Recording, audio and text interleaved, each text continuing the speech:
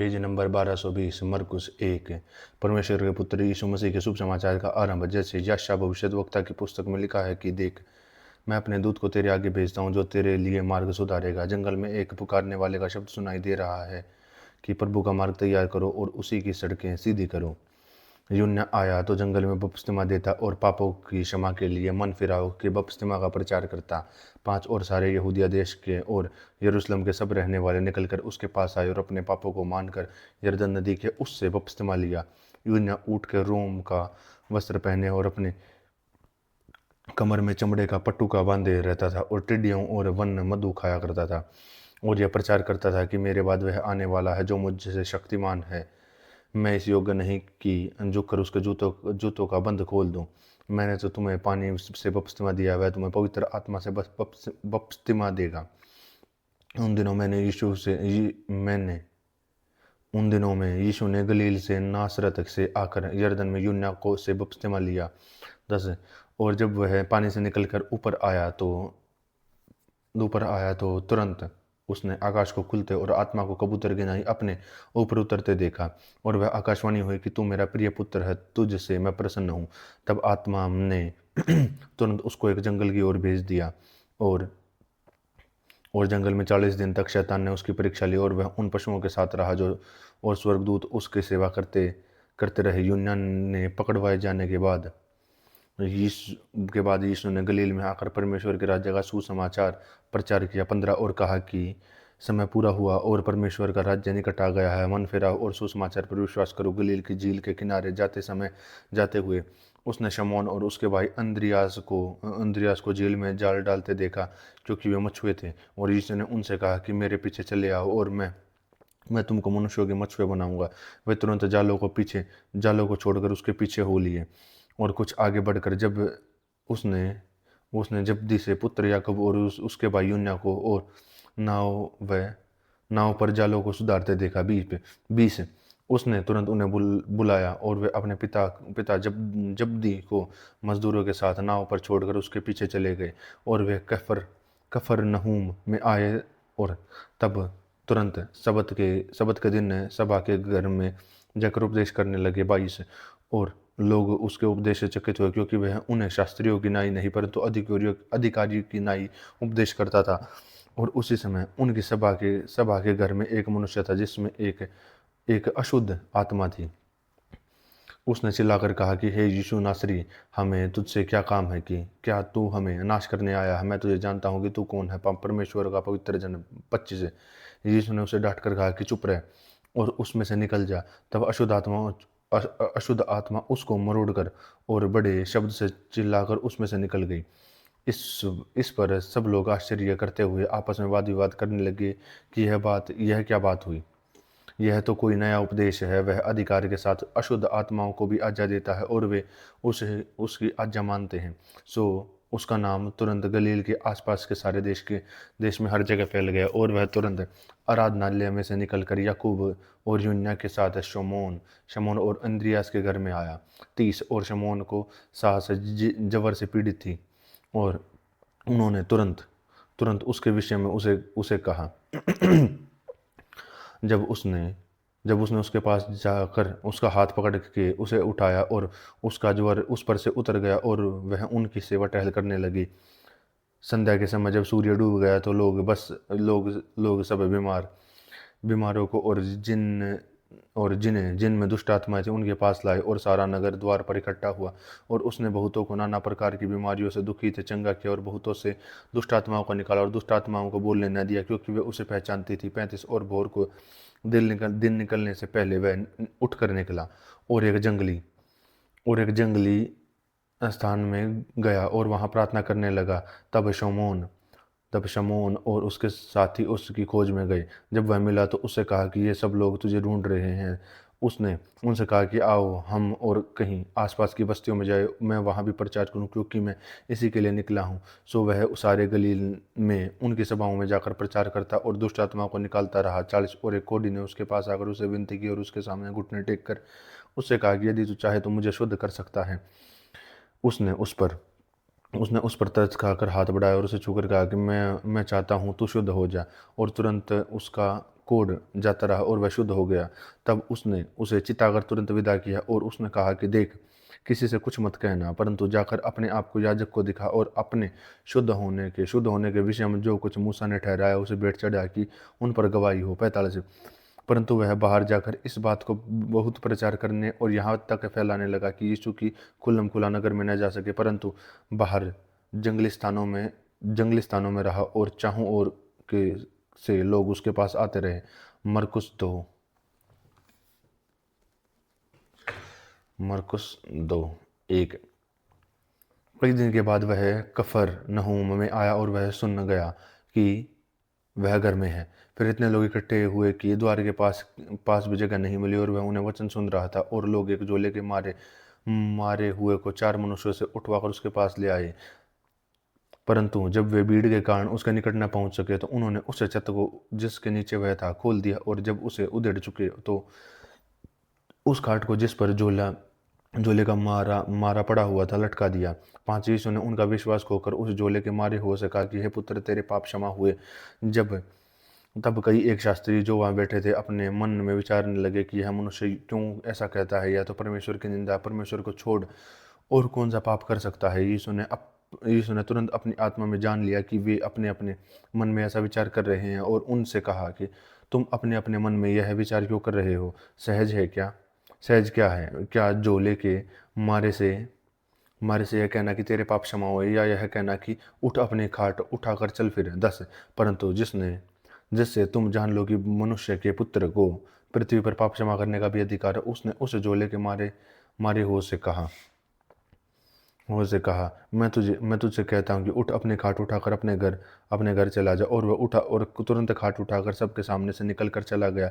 इस पर सब चकित हुए और परमेश्वर की बड़ाई करके कहने लगे कि हमने ऐसा कभी नहीं देखा। फिर वह निकलकर झील के किनारे गया और सारी भीड़ उसके पास आई और वह उन्हें उपदेश देने लगा। जाते हुए उसने हलफई के पुत्र लेवी को चुंगी की चौकी पर बैठा देखा और उससे कहा कि मेरे पीछे हो ले। 15। वह उठकर उसके पीछे हो लिया और वह उसके घर में भोजन करने बैठा। और बहुत से चुंगी लेने वाले और पापी यीशु और उसके चेलों के साथ भोजन करने बैठे, क्योंकि वे बहुत से थे और उसके पीछे हो लिए थे।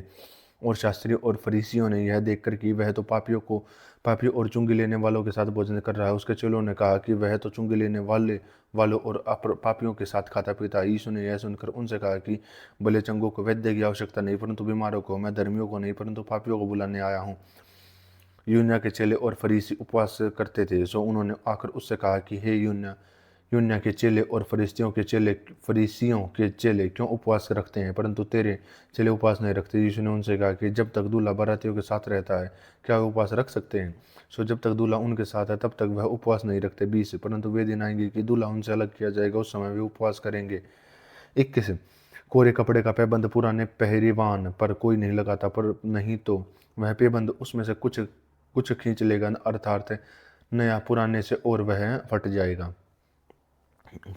और नए दाखरस को पुरानी मशकों में से कोई नहीं रखता, नहीं तो दाखरस मशकों को फाड़ देगा और दाखरस और मशकें दोनों नष्ट हो जाएंगे। परंतु दाख का नया रस नई मशकों में भरा जाता है। और ऐसा हुआ कि जब वह शख्स सब्बत के दिन खेतों में से होकर जा रहा था और उसके चेले चलते हुए बालें तोड़ने लगे, तब फरीसियों ने उससे कहा कि देख, ये सब्बत के दिन वह काम क्यों नहीं करते जो उचित है।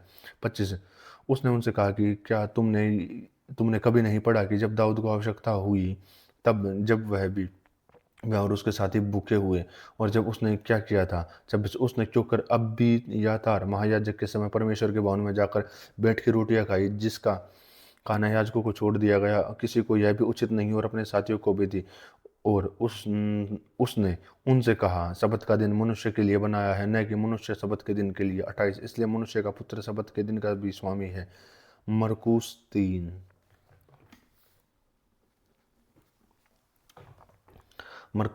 1। वह अपने आराधनालय में फिर गया और वहाँ एक मनुष्य था जिसका हाथ सूख गया था और ये उस पर दोष लगाने के लिए उसको घात में लगे हुए थे कि देखें वह सबत के दिन में उसे चंगा करता है कि नहीं।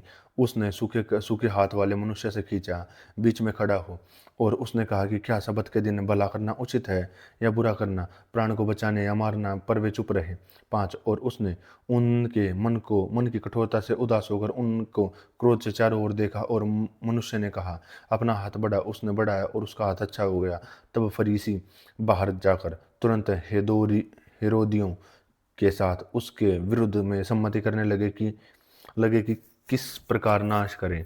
और यीशु अपने चेलों के साथ झील की ओर चला गया और गलील से एक बड़ी भीड़ उसके पीछे हो ली और यहूदिया और यरूशलेम और इदूमिया से और यरदन के पार और सूर और सैदा के आसपास से एक बड़ी भीड़ यह सुनकर कि वह कैसा अचंभे से काम करता उसके पास आई।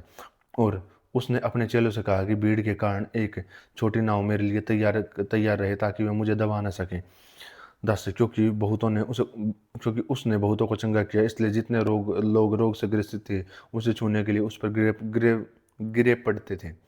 और अशुद्ध आत्माएं भी थी जब उसे देखती थी तो उसके आगे गिर पड़ती और चिल्लाकर कहती कि तू परमेश्वर का पुत्र है। और उसने उन्हें बहुत चिताया कि मुझे प्रकट न करना। फिर वह पहाड़ पर चढ़ गया जिन्हें वह चाहता था और अपने अपने पास बुलाया और वे उसके पास चले आए। तब उसने 12 पुरुषों को नियुक्त किया कि वे उसके साथ रहें और वह उन्हें भेजें कि प्रचार करें। 15 और दुष्ट आत्माओं को निकालने का अधिकार रखें और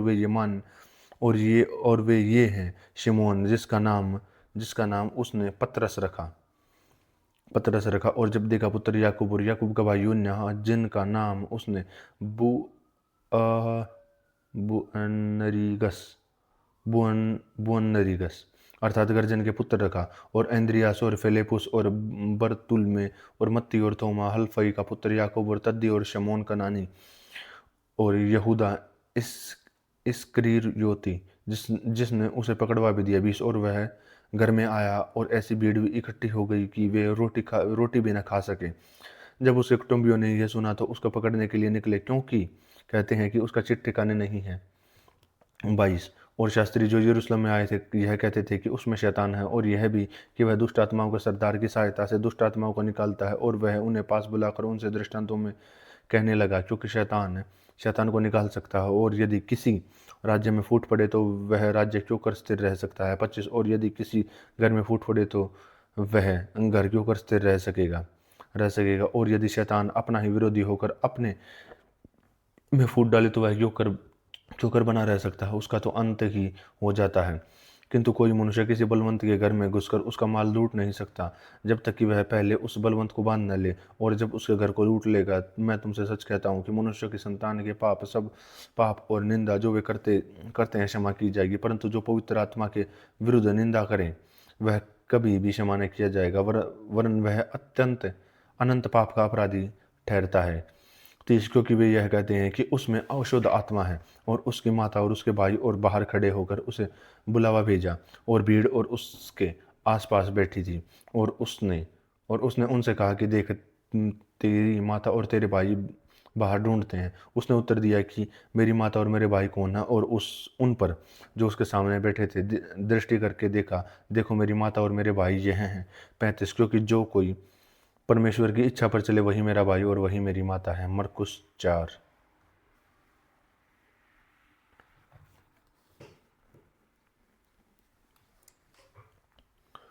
मरकुस 4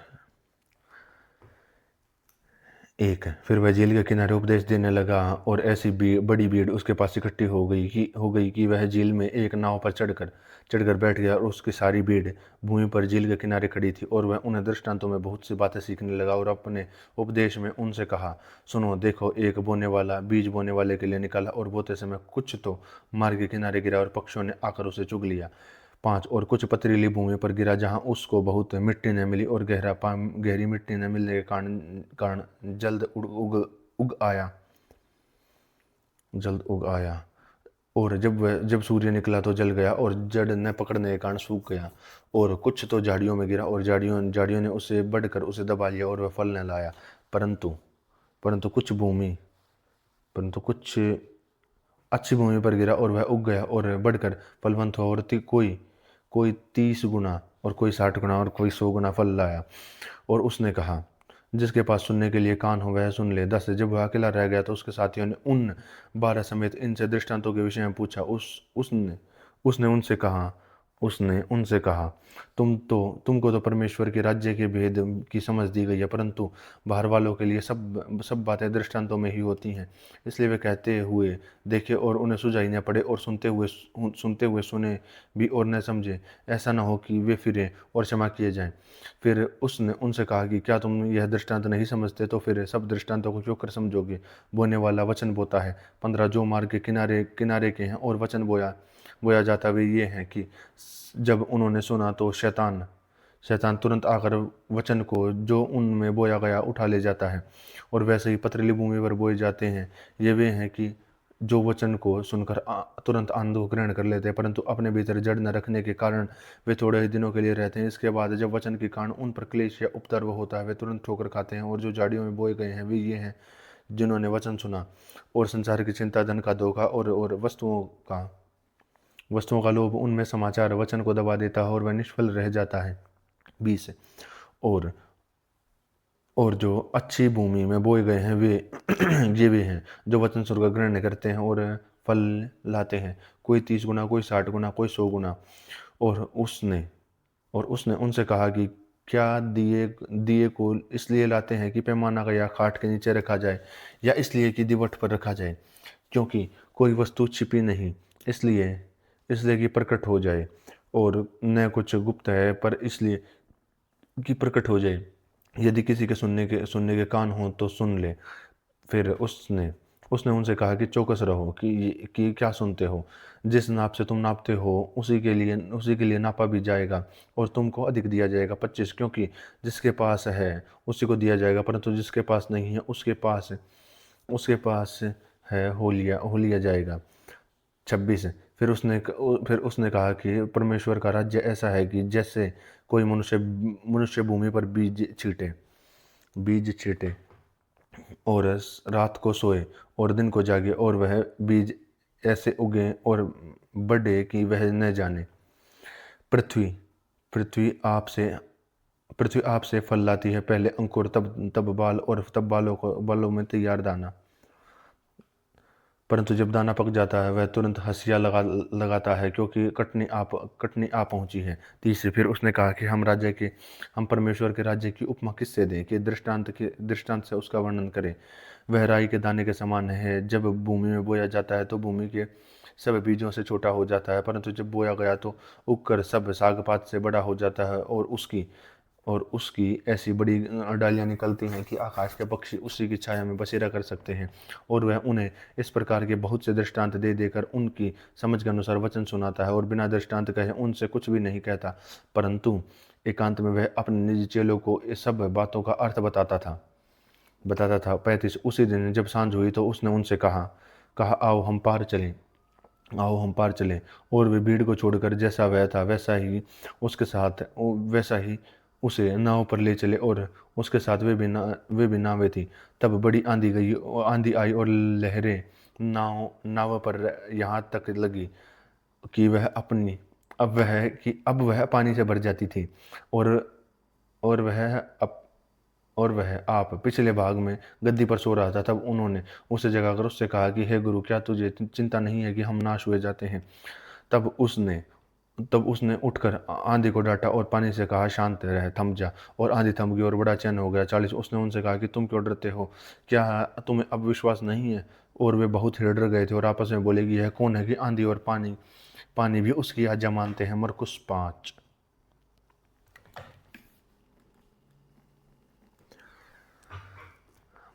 5:1 वे झील के पास गिरासेनियों के देश पहुंचे, और जब वह नाव पर से उतरा तो तुरंत एक मनुष्य जिसमें शुद्ध आत्मा थी कब्रों से निकलकर उससे मिला। वह कब्रों में रहा करता था, और कोई उसे साकुलों से भी बांध न सकता था, क्योंकि वह बार बार बेड़ियों और साकुलों से बांधा गया था। उस पर उसने साकलों को तोड़ दिया और बेड़ियों के टुकड़े टुकड़े कर दिए थे और कोई उसे वश में नहीं कर सकता था। 5 वह लगातार रात दिन कब्रों और पहाड़ों में चिल्लाता और अपने को पत्थरों से घायल करता था। वह यीशु को दूर से ही दौड़कर उसे प्रणाम किया और ऊंचे शब्द से चिल्लाकर, हे यीशु पर परम प्रधान, परमेश्वर के पुत्र, मुझे तुझसे क्या काम है? मैं तुझे परमेश्वर की शपथ देता हूँ कि मुझे पीड़ा न दे। क्योंकि उसने उससे कहा था कि हे अशुद्ध आत्मा, इस मनुष्य में से निकला। उसने उससे उसने उससे पूछा, तेरा क्या नाम है? उसने उससे कहा कि मेरा नाम सेना है, क्योंकि हम बहुत उत्तम। 10 उसने उसको बहुत ही विनती की, हमें इस देश से बाहर न भेज, हमें इस देश से बाहर न भेज। वहाँ पहाड़ पर सूअर का एक बड़ा झुंड चर रहा था और उन्होंने उससे विनती करके कहा कि हमें उन सूअरों में भेज दे कि हम उनके भीतर जाएं। सो उसने उन्हें आज़ादी दी और अशुद्ध आत्मा निकालकर सूअरों के पीठ बैठ गई और जो झुंड, जो कोई 2000 का था, कडाडे परस से झपटकर झील में जा पड़ा और डूब मरा। और उनके चरवाहों के भागकर नगर और गांव में सुसमाचार सुनाया। 15 और जो लगा हुआ था लोग उसे देखने आए और यीशु के पास आकर जिस वे उसको, जिसमें दुष्ट आत्माएं थी और अर्थात जिसमें सेना समाई थी, कपड़े पहने और सचेत बैठे बैठे देखकर डर गए। और देखने वालों ने उसका, जिसमें दुष्ट आत्मा थी और सूरों का पूरा हाल सुनाया, उनको यह कह सुनाया। और वे उससे विनती कर रहे थे कि कहने लगे कि हमारे सिवाने में चला जा। और जब वह नाव पर चढ़ने लगा तो वह, जिसमें पहले दुष्ट आत्माएं थी, उससे विनती करने लगा कि मुझे अपने साथ रहने दो। परंतु उसने उनसे आज्ञा न दी और उससे कहा कि अपने घर जाकर उस अपने लोगों को बता कि तुझ पर दया करके प्रभु ने तेरे लिए कैसे बड़े काम किए हैं। 20 वह जाकर दिक पुलिस में इस बात का प्रचार करने लगा कि यीशु ने मेरे लिए कैसे बड़े काम किए हैं और सब अचंभा करते हैं। जब यीशु फिर नाव से पार गया तो एक बड़ी भीड़ उसके पास इकट्ठी हो गई और वह झील के किनारे था। और याईर नाम आराधनालय के सरदारों में से एक आया और उसे देखकर उसके पाँव पर गिरा और उसने यह कहकर बहुत विनती की कि मेरी छोटी बेटी मरने पर है, तू आकर उस पर हाथ रख कि वह चंगी होकर जीवित रहे। तब वह उसके साथ चला और बड़ी भीड़ उसके पीछे हो ली, यहाँ तक कि लोग उस पर गिरे पड़ते थे।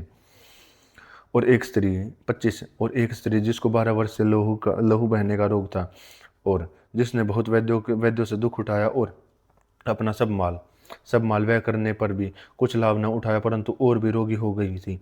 यीशु की चर्चा सुनकर भीड़ में उसके पीछे से आई थी और उसके वस्त्र छू लिया था, क्योंकि वह कहती थी, यदि मैं उसके वस्त्र छू लूंगी तो मैं चंगी हो जाऊंगी और तुरंत का लहू बहना बंद हो जाएगा।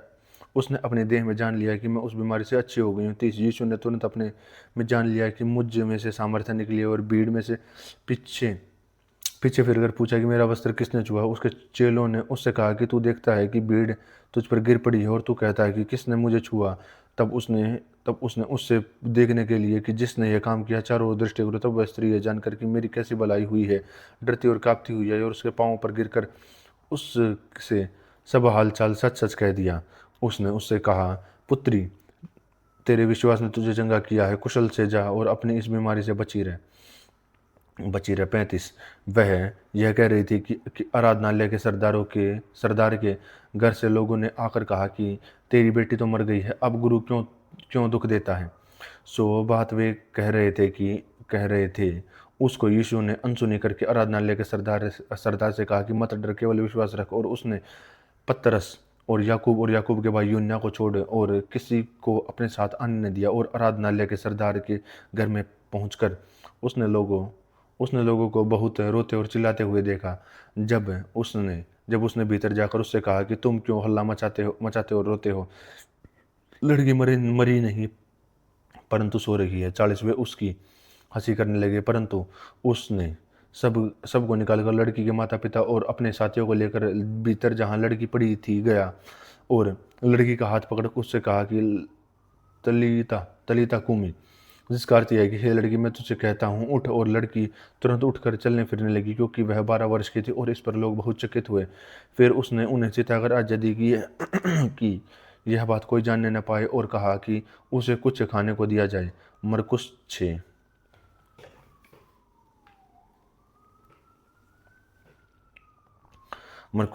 वहां से निकलकर वह अपने देश में आया और उसके चेले उसके पीछे हो लिए। शबत के दिन वह आराधनालय में उपदेश करने लगा और बहुत लोग यह सुनकर चकित हुए और कहने लगे कि इसको ये बातें कहाँ से आ गई और यह कौन सा ज्ञान है जो उसको दिया गया है और कैसा सामर्थ्य है कि इसके कि कुछ कैसा सामर्थ्य है कि काम इसके हाथों से प्रकट होते हैं। क्या यह वही बढ़ई नहीं जो मरियम का पुत्र और याकूब और योसेस का और योसेस और यहूदा और शमौन का भाई है? क्या उसकी बहनें यहाँ हमारे बीच में नहीं रहते? इसलिए उन्होंने इसके विषय में ठोकर खाई। यीशु ने उनसे कहा कि भविष्यद्वक्ता अपने देश और ये अपने कुटुंब और अपने घर को छोड़ और कहीं भी निरादर नहीं होता। 5 और वह वहाँ कोई सामर्थ्य का काम न कर सका, केवल थोड़े बीमारों पर हाथ रखकर उन्हें चंगा किया।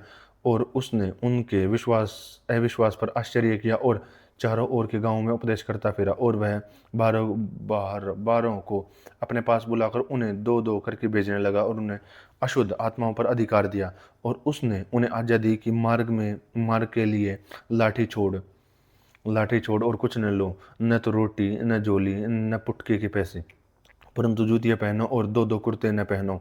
10 और उसने उनसे कहा कि जहाँ कहीं तुम किसी घर में उतरो तो जब तक वहाँ से विदा न लो तब तक उसी में ठहरे रहो। जिस स्थान के लोग तुम्हें ग्रहण न करें और तुम्हारी न सुने, वहाँ से चलते ही अपने तलवों की धूल झाड़ लो कि उन पर गवाही हो। और उन्होंने जाकर प्रचार किया और फिर कि मन फेराओ, और बहुत तेरे दुष्ट आत्माओं को निकाला और बहुत बीमारों पर तेल मलकर उन्हें चंगा किया। और हेरोदोस राजा ने उसकी चर्चा सुनी क्योंकि उसका नाम फैल गया था। और उसने उनसे कहा कि यूहन्ना बपतिस्मा देने वाले मरे हुओं में से जी उठा है, इसलिए उससे ये सामर्थ्य के काम प्रकट होते हैं। और औरों से कहा यह एलिया है, परंतु औरों ने कहा कि भविष्यद्वक्ता या भविष्यद्वक्ताओं में से किसी एक के समान है। हेरोदोस ने यह सुनकर कहा कि जिस यूहन्ना का सिर मैंने कटवाया था वही जी उठा है, क्योंकि हेरोदोस ने अपने भाई फिलिपुस की पत्नी हेरोदियास के कारण जिससे उसने ब्याह किया था, लोगों को भेजकर यूहन्ना को पकड़वाकर बंदी गृह में डाल दिया था। क्योंकि यूहन्ना ने हेरोदोस से कहा कि अपनी भाई की पत्नी को रखना तुझे उचित नहीं, इसलिए हेरोदियास उससे बैर रखती थी और यह चाहती थी कि उसे मरवा डाले, परंतु ऐसा न हो सका। 20 क्योंकि हेरोदोस यूहन्ना को धर्मी और पवित्र पुरुष जानकर उससे डरता था और उसे बचाए रखता था और उसकी सुनकर बहुत घबराता था, परंतु आनंद से सुनता था। और ठीक अवसर पर जब हेरोदोस ने अपने जन्मदिन में अपने प्रधानों और सेनापतियों और गलील के बड़े लोगों के लिए जेवनार की, और उस हेरोदियास की बेटी भीतर आई और नाचकर हेरोदोस को और उसके साथ बैठने वालों को प्रसन्न किया। तब राजा की लड़की ने कहा कि तू जो चाहे मुझसे मांग, मैं तुझे दूंगा। और उसने शपथ खाई कि मैं अपने आधे राज्य तक जो कुछ तू मुझसे मांगेगी मैं तुझे दूंगा। उसने बाहर जाकर अपनी माता से पूछ लिया कि मैं क्या मांगू। वह बोली कि उन्हें बपतिस्मा देने वाले का सिर 25। वह तुरंत राजा के पास भीतर आई और उससे विनती की, मैं चाहती हूँ कि तू अभी यूहन्ना बपतिस्मा देने वाले का सिर एक थाल में मुझे मंगवा दे। बपतिस्मा देने वाले का थाल में एक सिर मुझसे मंगवा दे। जब राजा बहुत उदास हुआ, परंतु अपनी शब्द के कारण और साथ बैठने वालों के कारण उससे टाला न चाहा, और राजा ने तुरंत एक सिपाही को आज्ञा देकर भेजा कि उसका सिर काट लाए। उसने जेल खाने में जाकर उसका सिर काटा और एक थाल में रख कर लाया और लड़की को दे दिया, और लड़की ने अपनी माँ को दे दिया। यह सुनकर उसके चेले आए और उसकी लोथ को उठाकर कब्र में रखा। प्रेरितों ने यीशु के पास इकट्ठे होकर जो कुछ उन्होंने किया, उनको सिखाया था, सब उसको बता दिया। उसने उनसे कहा कि आप अलग किसी जंगली स्थान में आकर थोड़ा विश्राम करो, क्योंकि बहुत लोग आते जाते थे और उन्हें खाना खाने का भी अवसर नहीं मिलता था। इसलिए वे नाव पर चढ़कर सुनसान जगह में अलग चले गए। और बहुतों ने उन्हें जाते देखकर पहचान लिया और सब नगरों से इकट्ठे होकर वहां पैदल दौड़े और उनसे पहले जा पहुंचे। उसने निकलकर उन बड़ी भीड़ देखी और उन पर तरस खाया, क्योंकि वह उन भेड़ों के समान थे जिनका कोई रखवाला न हो, और वह उन्हें बहुत सी बातें सिखाने लगा। 35 जब दिन बहुत डल गया तो उसके चेले उसके पास आकर कहने लगे, यह सुनसान जगह है और दिन बहुत डल गया है, उन्हें विदा कर कि चारों ओर के गाँव और बस्तियों में जाकर और अपने लिए कुछ खाने का मोल ले। उसने उन्हें उत्तर दिया कि तुम ही उन्हें खाने को दो। और उन्होंने उससे कहा कि क्या हम 100 दिनार की रोटियां मोल ले आए और उन्हें खिलाएं। उसने उनसे कहा कि जाकर देखो तुम्हारे पास कितनी रोटियां हैं। उन्होंने मालूम किया कि 5 और 2 मछली भी। तब उसने उन्हें आज्ञा दी कि सबकी सबको हरी घास पर पाती पाती से बैठा दो। 40 वे 100 और 50 करके पाती बैठ गए। और उसने उन 5 रोटियों और 2 मछलियों को लिया और स्वर्ग की ओर देखकर धन्यवाद किया और रोटियों को टुकड़े तोड़ तोड़ कर चेलों को देता गया और कि वे लोगों को परोसे। और वे 2 मछलियाँ भी उनमें बांट दी गई और सब खाकर तृप्त हो गए। और उन्होंने टुकड़ों से 12 टोकरियां भरकर उठाई और कुछ मछलियों से भी जिन्होंने रोटियां खाई। वे 5,000 पुरुष थे 45। तब तब उसने तुरंत अपने चेलों को बरबस नाव पर चढ़ाया कि वे उससे पहले उस पार बेतसदा को चले जाएं जब तक कि वह लोगों को विदा करे। और उन्हें विदा करके पहाड़ पर प्रार्थना करने को आया। और जब सांझ हुई तो नाव झील के बीच में थी और वह अकेला भूमि पर था। और जब उसने देखा कि वे खेत घबरा गए हैं और क्योंकि हवा उनके विरुद्ध थी, तो रात के चौथे पहर के निकट वह झील पर चलते हुए उनके पास आया और उनसे उनसे आगे निकल जाना चाहता था। परंतु उन्होंने उसे झील पर चलते देखकर समझा कि भूत है और चिल्ला उठे, क्योंकि सब उसे देखकर घबरा गए थे। 50। पर उसने तुरंत उनसे बातें की और कहा कि डंडास बांधो, मैं हूँ, डरो मत। तब वह उनके पास नाव पर आए और हवा थम गई और वे बहुत ही आश्चर्य करने लगे, क्योंकि वे उन रोटियों के विषय में मैंने समझे थे। परंतु उनके मन कठोर हो गए थे। और वे पार उतरकर गन्नेसरत में पहुंचे और नाव घाट पर लगाई। 54। और जब वे नाव पर से उतरे तो लोग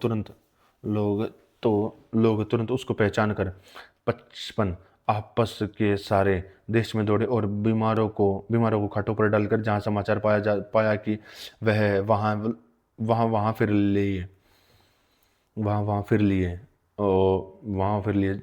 56। और जहाँ कहीं वह गांव नगरों या बस्तियों में जाता था तो लोग बीमारों और बाजारों में रखकर उससे विनती करते थे कि वह उन्हें अपने वस्त्र की आंचल से ही छू लेने दे। और जितने उसे छूते थे सब चंगे हो जाते थे। मरकुस 7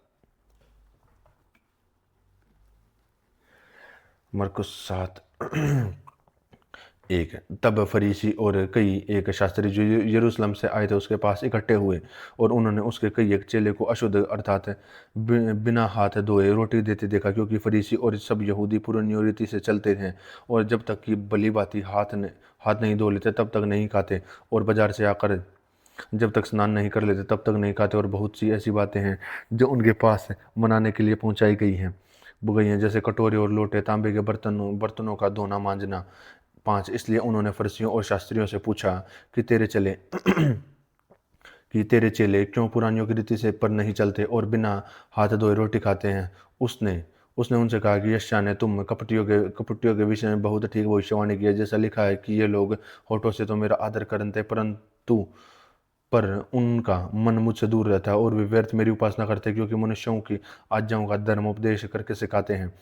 क्योंकि तुम परमेश्वर की आज्ञा को टालकर मनुष्यों की रीति को मानते हो। और उसने उनसे कहा कि तुम अपनी रीतियों को मानने के लिए परमेश्वर आज्ञा कैसे अच्छी तरह टाल देते हो। 10। क्योंकि मूसा ने कहा कि अपने पिता और अपनी माता का आदर कर, और जो कोई पिता व माता को बुरा कहे वह अवश्य मार डाला जाए। परंतु हाँ, तुम कहते हो कि यदि कोई अपने अपने पिता व माता से कहे कि जो कुछ तुझे मुझसे लाभ पहुंच सकता था वह कुर्बान अर्थात संकल्प हो चुका है, और तुम उसको उसके पिता व उसकी माता की कुछ सेवा नहीं करने देते। इस प्रकार तुम अपनी रीतियों से जिन्हें तुमने ठहराया है परमेश्वर का वचन टाल देते हो और ऐसे बहुत से काम करते हो। और उसने उनको अपने पास बुलाकर उनसे कहा कि तुम सब मेरी सुनो और समझो। 15। ऐसी कोई भी वस्तु नहीं जो मनुष्य के बाहर के समाकर अशुद्ध करे, परंतु जो वस्तु मनुष्य के भीतर से निकलती है वही उसे अशुद्ध करती हैं। यदि किसी के सुनने के कान हो तो सुन ले। जब वह भीड़ के पास से घर में गया तो उसके चेलों ने इस दृष्टांत के विषय में उससे पूछा। उसने उनसे कहा कि क्या तुम भी ऐसा ना समझ हो? क्या तुम नहीं समझते कि जो वस्तु बाहर से मनुष्य के भीतर जाती वह उसे अशुद्ध नहीं कर सकती, क्योंकि वह उसके मन में नहीं परंतु पेट में जाती है और संडास में निकल जाती है। और यह कहकर उसने सब भोजन वस्तुओं को शुद्ध ठहराया। 20। फिर उसने कहा कि जो मनुष्य में से निकलता है वह मनुष्य को अशुद्ध करता है, क्योंकि भीतर से अर्थात मनुष्य के मन से बुरी बुरी चिंता, व्यभिचार, चोरी, हत्या, परस्त्री गमन, लोभ, दुष्टता, छल, लुचपन, कुदृष्टि, निंदा, अभिमान और मूर्खता निकलती है। ये सब बातें बुरी हैं, भीतर से निकलती हैं और मनुष्य को अशुद्ध करती हैं। फिर वह वहाँ से उठकर सूर और सैदा के देशों में आया और एक घर में गया और चाहता था कि कोई न जाने, परंतु वह छिप न सका। 25 और तुरंत एक स्त्री जिसकी छोटी बेटी में अशुद्ध आत्मा थी उसको सुनकर आई और उसके पाँव में गिरकर, यह यूनानी और सुरूफिनी की जाति की थी, और उसने उससे उनसे विनती की कि मेरी बेटी से में से दुष्ट आत्मा निकाल दे। उसने उससे कहा कि पहले लड़कों को तृप्त होने दे, क्योंकि लड़कों की रोटी लेकर कुत्तों के आगे डालना उचित नहीं। इस उसने उसको उत्तर दिया कि सच है, प्रभु तो भी कुत्ते की मेज के नीचे नीचे बालकों की रोटी रोटी चूर चार खा लेते हैं। उसने उनसे कहा कि इस बात के कारण चली जा, दुष्ट आत्मा तेरी बेटी से निकल गई है। 30 और उसने अपने घर आकर देखा कि लड़की खाट पर पड़ी है और दुष्ट आत्मा निकल गई है। फिर वह सूर और सैदा के देशों से निकलकर दिक पुलिस देश में से होता हुआ गलील की झील पर पहुंचा, और लोगों ने एक बहरे जो हकलावी था उसके पास लाकर उससे विनती की कि अपना अपना हाथ उस पर रखे। तब वह उसको भीड़ से अलग ले गया और अपनी उंगलियां उसके कानों में डाल दी और थूक कर उसकी जीभ को छुआ और स्वर्ग की ओर देखकर आह भरी, और उसने उससे कहा कि इत्तफाक अर्थात खुल जा। 35 और उसके कान खुल गए और उसकी जीभ की गांठ भी खुल गई और वह साफ साफ बोलने लगा। तब उसने उन्हें चिताया कि किसी से न कहना, परंतु जितना उसने उन्हें चिताया उतना ही वे प्रचार करने लगे। 37 और वे बहुत ही आश्चर्य में होकर कहने लगे कि उसने जो कुछ किया सब अच्छा ही किया है। वह बहरे को सुनने और गूंगों को बोलने की शक्ति देता है। मरकुस 8।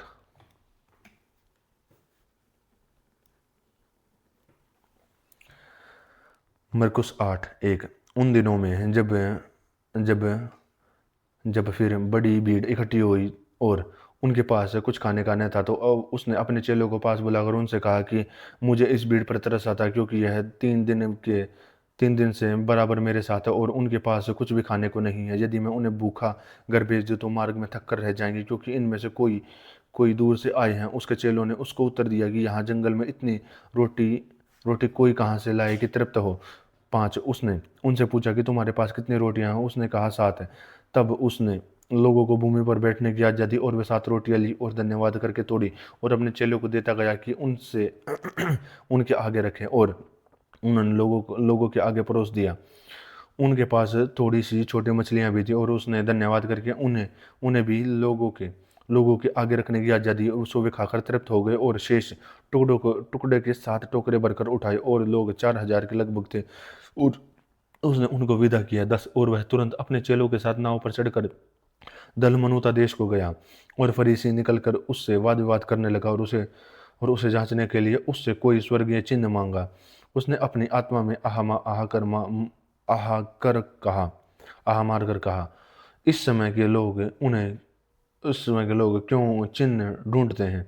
मैं सच में तुमसे कहता हूँ कि इस समय के लोगों को कोई चिन्ह नहीं दिया जाएगा। और वे उन्हें छोड़कर फिर नाव पर चढ़ गया और पार चला गया, और वे रोटी लेना भूल गए और नाव में उनके पास एक ही रोटी थी। 15 और उसने उन्हें चिताया कि देखो, फरीसियों के खमीर और हेरोदोस के खमीर से चौकस रहो। वे आपस में विचार करके कहने लगे कि हमारे पास तो रोटी नहीं है। यह जानकर यीशु ने उनसे कहा कि तुम क्यों आपस में यह विचार कर रहे हो कि हमारे पास रोटी नहीं है? क्या अब तक नहीं जानते और नहीं समझते? क्या तुम्हारा मन कठोर हो गया है? क्या आंखें रखते हुए भी नहीं देखते? क्या और कान रखते हुए भी नहीं सुनते? और तुम्हें स्मरण नहीं कि जब मैंने 5000 के लिए 5 रोटियां तोड़ी थी, और तो तुमने टुकड़ों की कितनी टोकरियां भरकर उठाई थी? उसने उनसे कहा कि 12 टोकरियां। 20 और जब 4000 के लिए 7 रोटियां थी और तुमने टुकड़ों के कितने टोकरे भर उठाए थे? उन्होंने कहा 7 टोकरे। 21 उसने उनसे कहा कि क्या तुम अब तक नहीं समझते? और वे बेतसेदा में आए, और लोग एक अंधे को उसके पास ले गए और उससे विनती की और उसको छुए।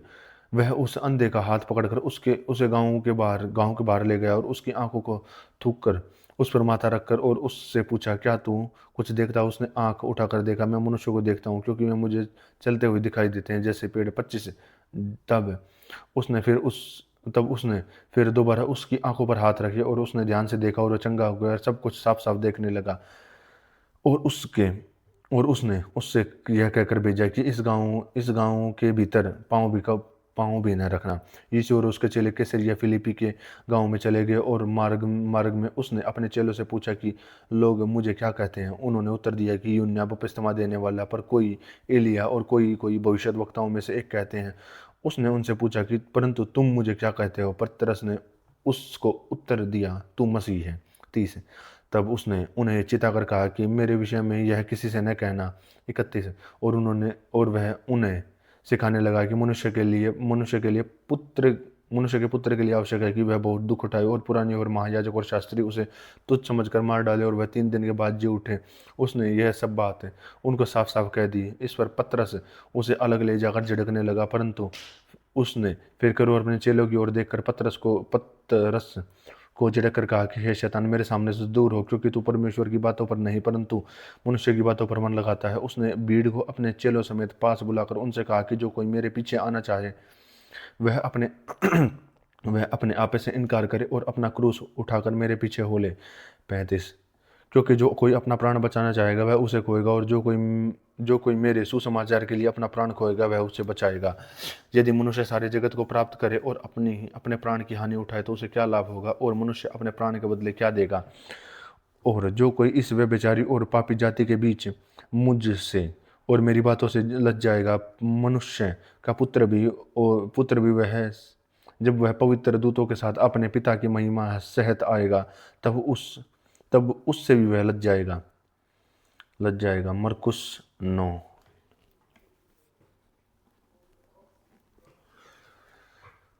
मरकुस 9:1। और उसने उनसे कहा कि मैं तुमसे सच कहता हूँ कि जो यहाँ खड़े हैं उनमें से कोई भी ऐसे नहीं है कि जब तक परमेश्वर के राज्य को सामर्थ्य सहित आता हुआ न देख ले तब तक मृत्यु का स्वाद कदापि न चखेंगे। 6 दिन के बाद यीशु ने पतरस और याकूब और यूहन्ना को साथ लिया और एकांत में किसी ऊंचे पहाड़ पर ले गया और उनके सामने उसका रूप बदला और उसका वस्त्र ऐसे चमकने लगा और यहाँ तक कि अति उज्जवल हुआ कि पृथ्वी पर कोई ऐसा धोबी भी वैसा उज्जवल नहीं कर सकता। और उन्होंने मूसा के साथ एलिया देखा और वे यीशु के साथ बातें करते थे। 5। इस पर पतरस ने यीशु से कहा कि हे रब्बी, हमारा यहाँ रहना अच्छा, इसलिए हम 3 मंडप बनाए, एक तेरे लिए, एक मूसा के लिए और एक एलिया के लिए। क्योंकि वह ये न जानता था कि क्या उत्तर दे, इसलिए वे बहुत डर गए थे। तब एक बादल ने उन्हें छा लिया और उस बादल में से यह शब्द निकला कि यह मेरे प्रिय पुत्र, उसकी सुनो। तब उन्होंने एक चारों ओर दृष्टि की और यीशु को अपने साथ और किसी को न देखा।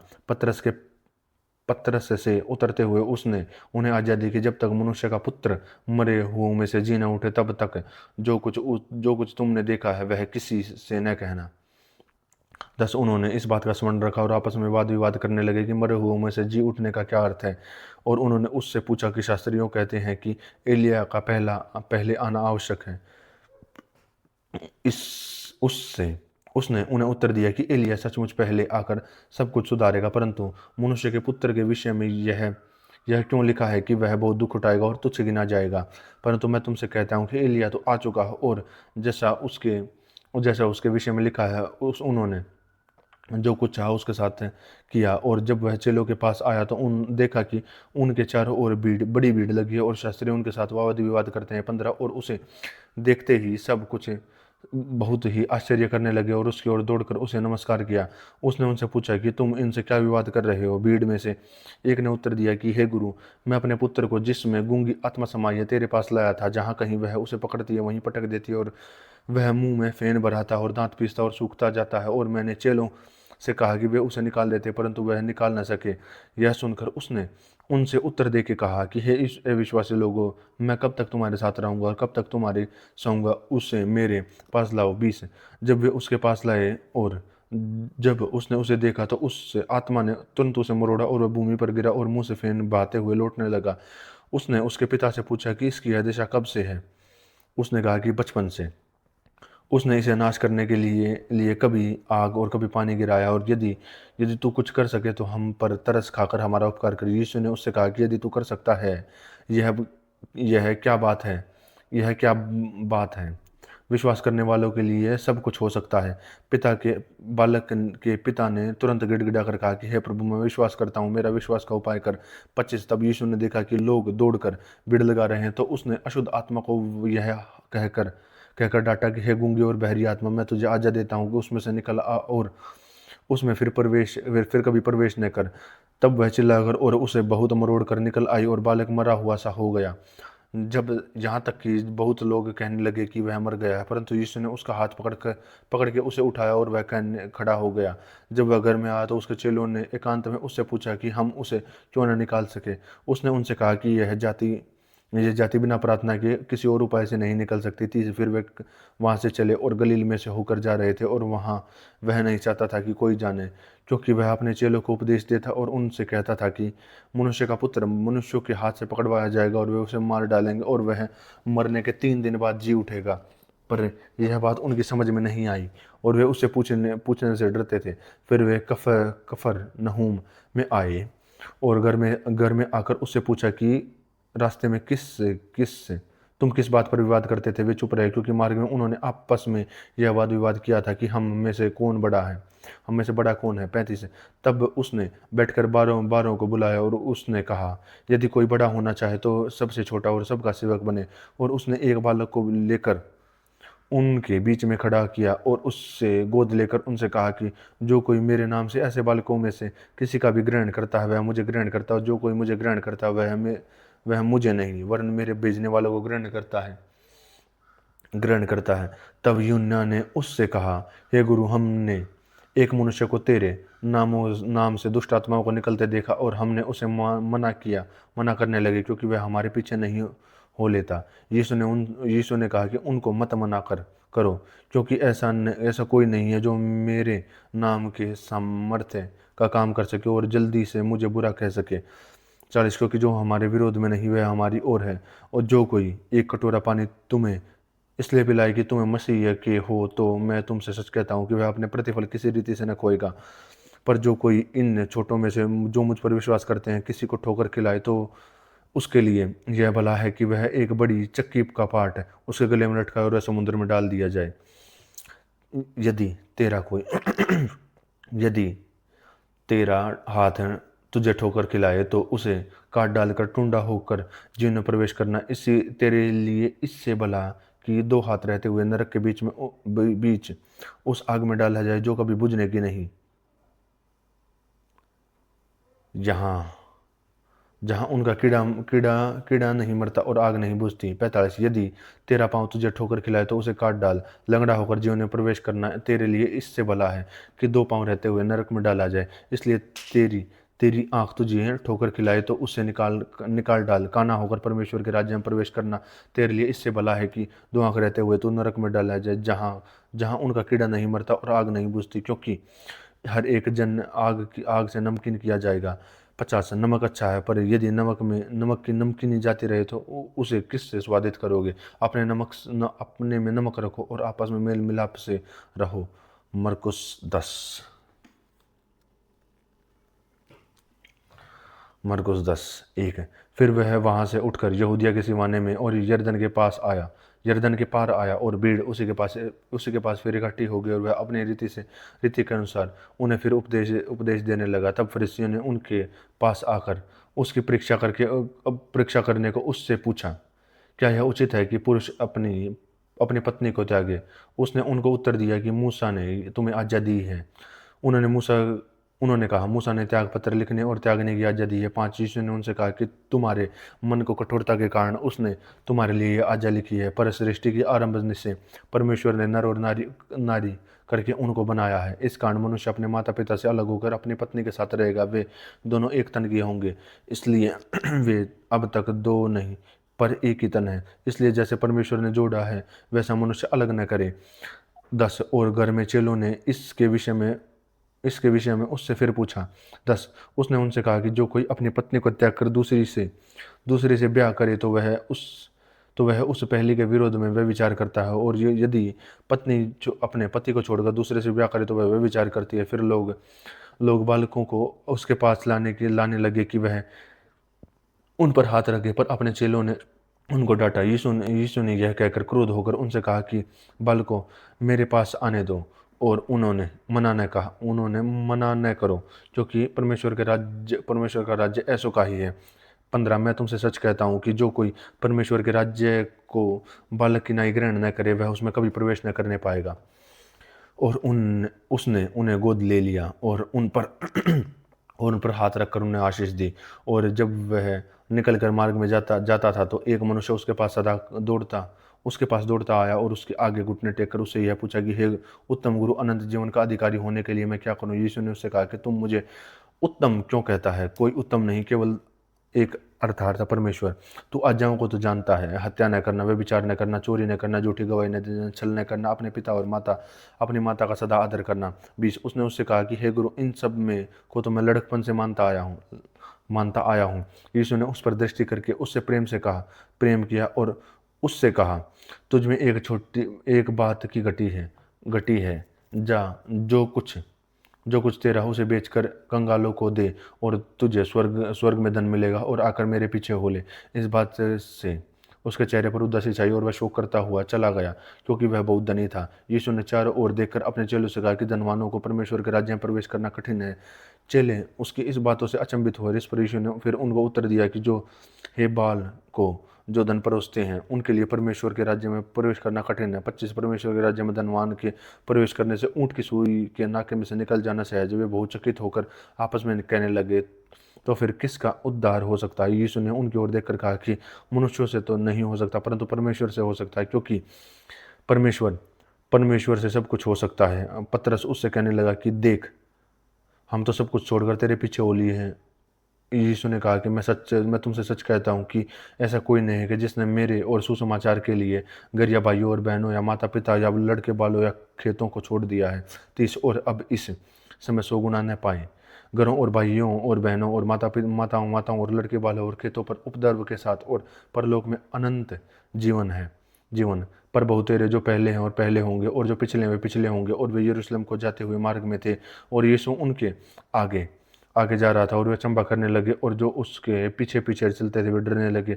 तब वह फिर उनके बारों बारों को लेकर लेकर उनसे वे बातें कहने लगा जो उनके आने वाली थी, कि देखो, हम यरूशलेम को जाते हैं, और मनुष्य का पुत्र महायाजकों और शास्त्रियों के हाथ से पकड़वाया जाएगा, और वे उसको घात के युग ठहराएंगे और अन्य जातियों के हाथ में सौंपेंगे, और वे उसको ठट्ठों में उड़ाएंगे और उस पर थूकेंगे और उसे कोड़े मारेंगे और उसे घात करेंगे, और 3 दिन के बाद वह जी उठेगा। 35, तब जब्दी के पुत्र याकूब और यून्ना ने उसके पास आकर कहा कि हे गुरु, हम चाहते हैं कि जो कुछ हम तुझसे मांगे वही तू हमारे लिए करे। उसने उनसे कहा कि तुम क्या चाहते हो कि मैं तुम्हारे लिए करूं?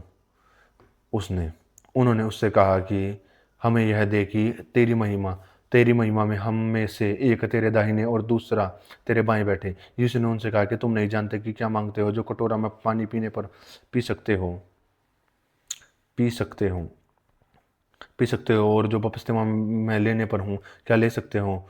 उन्होंने उससे कहा कि हाँ, हम में से हो सकता है। यीशु ने उनसे कहा कि जो कटोरा मैं पीने पर हूँ तुम पियोगे, और जो बपतिस्मा लेने पर हूँ उसे लोगे। 40, पर जिनके लिए तैयार किया गया है उन्हें उन्हें छोड़ और किसी को अपने दाएं और बाएं और बैठाना मेरा काम नहीं है। सुनकर उसके 10 याकूब और यूहन्ना परेशान आने लगे, और यीशु ने उनको अपने पास बुलाकर उनसे कहा कि तुम जानते हो कि जो अन्य जातियों के हाकिमों को समझे जाते हैं वे उन पर प्रभुता करते हैं, और उनमें से बड़े हैं उन पर अधिकार जताते हैं, पर तुम ऐसों में से नहीं हो। वरन जो कोई तुम में से बड़ा होना चाहे वह तुम्हारा सेवक बने, और जो खुद तुम में से प्रधान होना चाहे वह सबका दास बने। 45, क्योंकि मनुष्य का पुत्र इसलिए नहीं आया कि उसकी सेवा टहल की जाए, पर वह इसलिए आया है कि वह आप सेवा टहल करे और बहुतों की छुड़ौती के लिए अपना प्राण दे। और वे यरीहो में आए, और जब वह उसके चेले और एक बड़ी भीड़ यरीहो से निकलती है, तो तिमाई का पुत्र बरतिमाई, एक अंधा भिखारी, सड़क के किनारे बैठा। यह सुनकर कि यीशु नसरी है, पुकार पुकार कर कहने लगा कि हे दाऊद की संतान, यीशु मुझ पर दया कर।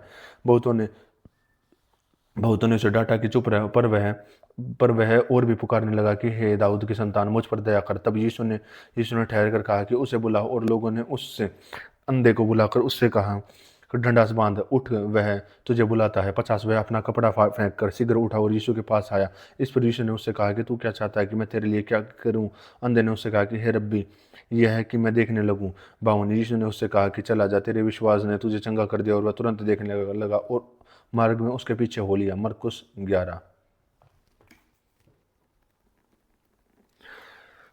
11 1 जब वे जब यरूशलेम के निकट जैतून पहाड़ों पर बेत फगे और बेतनिया के पास गए तो उसने अपने चेलों में से दो को यह कहकर भेजा कि अपने सामने के गांव में जाओ और उसमें पहुंचते ही एक गदही का बच्चा जिस पर कोई कभी नहीं चढ़ा बंधा हुआ तुम्हें मिलेगा और उसे खोल लाओ। यदि तुम में से कोई यह पूछे कि यह क्यों करते हो तो कहना कि प्रभु का है, इस प्रभु को इसका प्रयोजन है, वह शीघ्र उसको यहाँ भेज देगा। उन्होंने जाकर उस बच्चे को बाहर द्वार के पास चौक में बांधा हुआ और उसे खोलने लगे। 5 और उनमें से जो वहाँ खड़े थे कोई कोई कहने लगी, यह क्या करते हो, गधी के बच्चे को क्यों खोलते हो। उन्होंने जैसा यीशु ने कहा था उन्होंने वैसा ही कह दिया। तब उन्होंने उन्हें जाने दिया और उन्होंने बच्चे को यीशु के पास लाकर और उस पर अपने कपड़े कपड़े डाले और वह उस पर बैठ गया। और बहुतों ने अपने कपड़े मार्ग में बिछाए और औरों ने खेतों में से डालियाँ काट काट कर फैला दी। और जो उसके आगे आगे जाते और पीछे पीछे चले आते थे पुकार पुकार कर कहते जाते थे कि होशाना धन्य है वह जो प्रभु के नाम से आता है। 10 हमारे पिता दाऊद का राज्य जो आ रहा है, धन्य है आकाश में होशाना। और वह यरूशलेम पहुंचकर मंदिर में गया और चारों ओर सब वस्तुओं को देखकर बारों के साथ बेतनिया गया। और क्योंकि सांझ हो गई थी दूसरे दिन जब वह बेतनिया से निकले तो उसको भूख लगी। और वह दूर से अंजीर का एक हरा पेड़ देखकर निकट गया और क्या जाने उसमें क्या कुछ पाए, पर पत्तों को छोड़कर कुछ न पाए क्योंकि फल का समय न था। इस पर उसने उससे कहा कि अब से कोई तेरा फल न खाएगा। और उसके चेले सुन रहे थे। 15 वे यरूशलेम में आए वहाँ मंदिर में गया और वहाँ जो लेन देन कर रहे थे उन्हें बाहर निकालने लगा और सर्राफों के पीढ़े और कबूतरों के बेचने वालों की चौकियाँ उलट दी और मंदिरों में से होकर किसी को बर्तन लेकर आने जाने न दिया। 17 और उपदेश करके उनसे कहा कि यह नहीं लिखा कि मेरा घर सब जातियों की प्रार्थना के लिए का घर कहलाएगा, पर तुमने इसे डाकुओं की खो बना दी है। यह सुनकर महायाजक और शास्त्री उसका नाश करने का अवसर ढूंढने लगे क्योंकि उससे डरते थे, इसलिए कि सब लोग उसके उपदेश से चकित होते थे। और प्रतिदिन सांझ होते ही वह नगर से बाहर जाया करता था। 20 फिर भोर को जब वे उधर से जाते थे तो उन्होंने उस अंजीर के पेड़ को जड़ तक सूखा हुआ देखा। 21 पतरस को वह बात स्मरण आई और उसने उनसे कहा कि हे रब्बी, देख यह अंजीर का पेड़ जिससे तूने शराब दिया था वह सूख गया। यीशु ने उसको उत्तर दिया कि परमेश्वर विश्वास रखो, मैं तुमसे सच कहता हूँ कि जो कोई इस पहाड़ से कहे कि तू कट जा और समुद्र में जा पड़, वह अपने मन में संदेह न करे वरन प्रतीति करे कि जो कुछ कहता हूँ वह हो जाएगा, तो वह उसके लिए वही होगा। इसलिए मैं तुमसे कहता हूँ कि जो कुछ तुम प्रार्थना करके मांगो तो प्रतीति कर लो कि तुम्हें मिल गया और तुम्हारे लिए हो जाएगा। 25 और जब कभी तुम खड़े हुए प्रार्थना करते हो तो तुम्हारे मन में किसी की ओर से कुछ विरोध हो तो क्षमा करो, इसलिए कि तुम्हारा स्वर्गीय पिता भी तुम्हारे अपराध क्षमा करे। और यदि तुम क्षमा न करो तो तुम्हारा पिता भी जो स्वर्ग में है तुम्हारा अपराध क्षमा न करेगा। वे फिर यरूशलेम में आए और जब वह मंदिर में टहल रहा था तो महायाजक और शास्त्री और पुरानी उसके पास आकर पूछने लगे कि तू ये काम किसके अधिकार से करता है और यह अधिकार तुझे किसने दिया है तो कि तू ये काम करे। यीशु ने उससे कहा कि मैं भी तुमसे एक बात पूछता हूँ, तू मुझे उत्तर दे, मैं तुम्हें बताऊंगा कि ये काम किसके अधिकार से करता हूँ। तो इस यूहन्ना का बपतिस्मा का क्या स्वर्ग की ओर से था वह मनुष्य की ओर से था, मुझे उत्तर दो।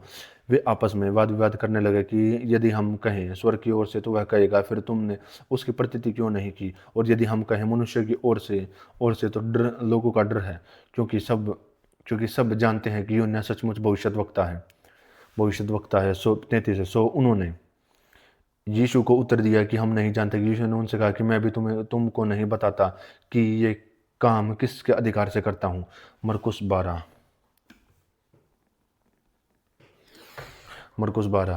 फिर वह दृष्टांत उनमें से बातें करने लगा कि किसी मनुष्य की दाख की बारी लगाई और उसके चारों ओर बाड़ा बांधा और रस का कुंड खोदा और गुम्मट बनाया और किसानों को और उसका ठेका देकर परदेश चला गया।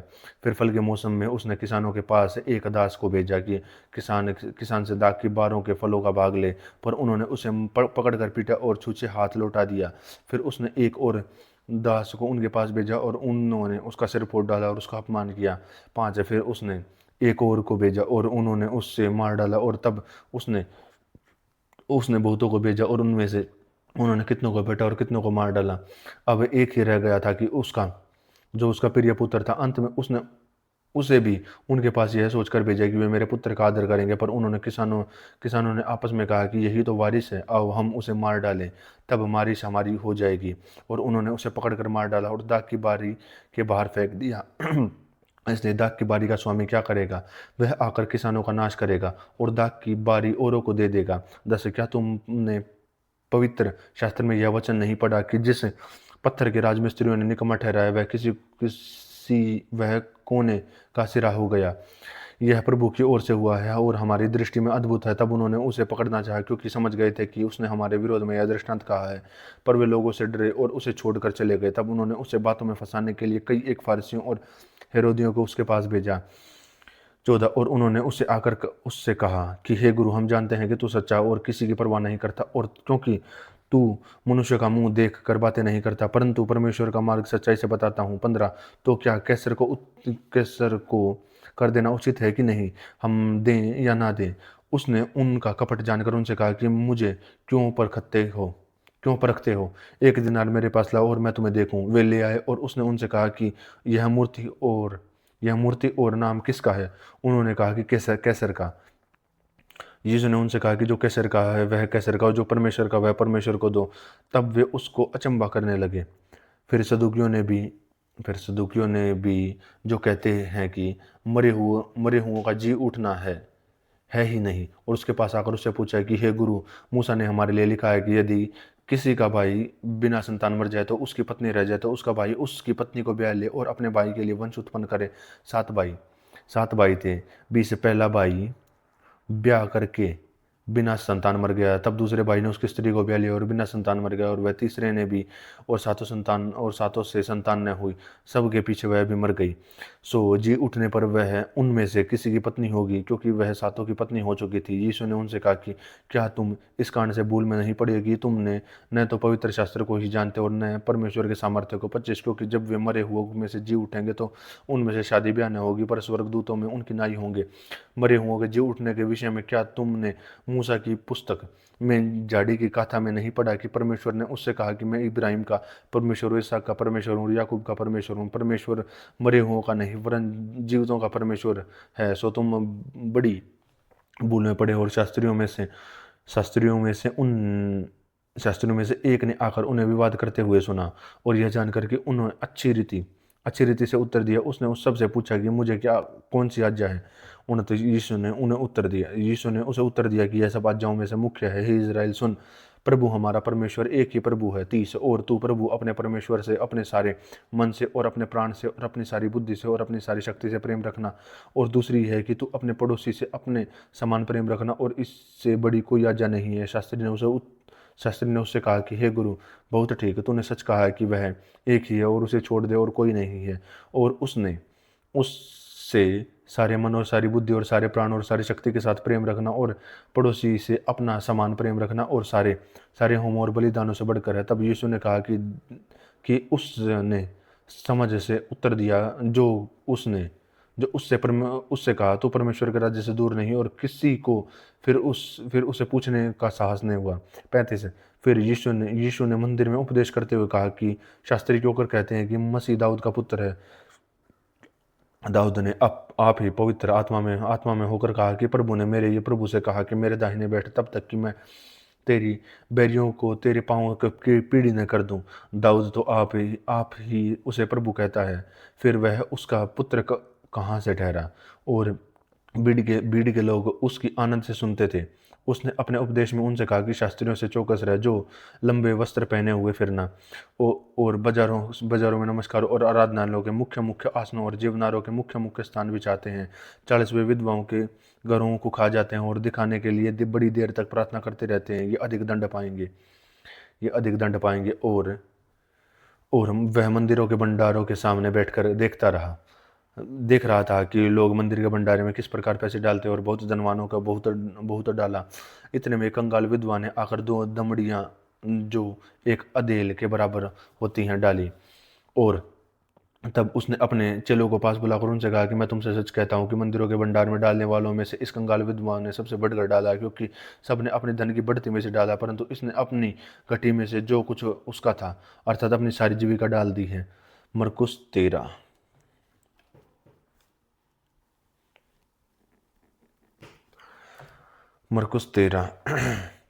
1 जब वह मंदिर से निकल रहा था तो उसके चेलों में से एक ने उससे कहा कि हे गुरु, देख कैसे कैसे पत्थर और कैसे कैसे भवन हैं। यीशु ने उससे कहा, क्या तुम ये बड़े भवन देखते हो? यह यहाँ पत्थर पत्थर पर पत्थर भी बचा न रहेगा, सो ढाया न जाएगा। तब वह जैतून के पहाड़ पर मंदिरों के सामने बैठा और पतरस और याकूब और यूहन्ना के अंद्रियास में अलग जाकर उससे पूछा कि हमें बता कि ये बातें कब होंगी, और जब ये बातें पूरी होने पर होंगी, उस समय का चिन्ह क्या होगा? 5 यीशु ने उनसे कहा कि चौकस रहो कि कोई तुम्हें न भरमाए।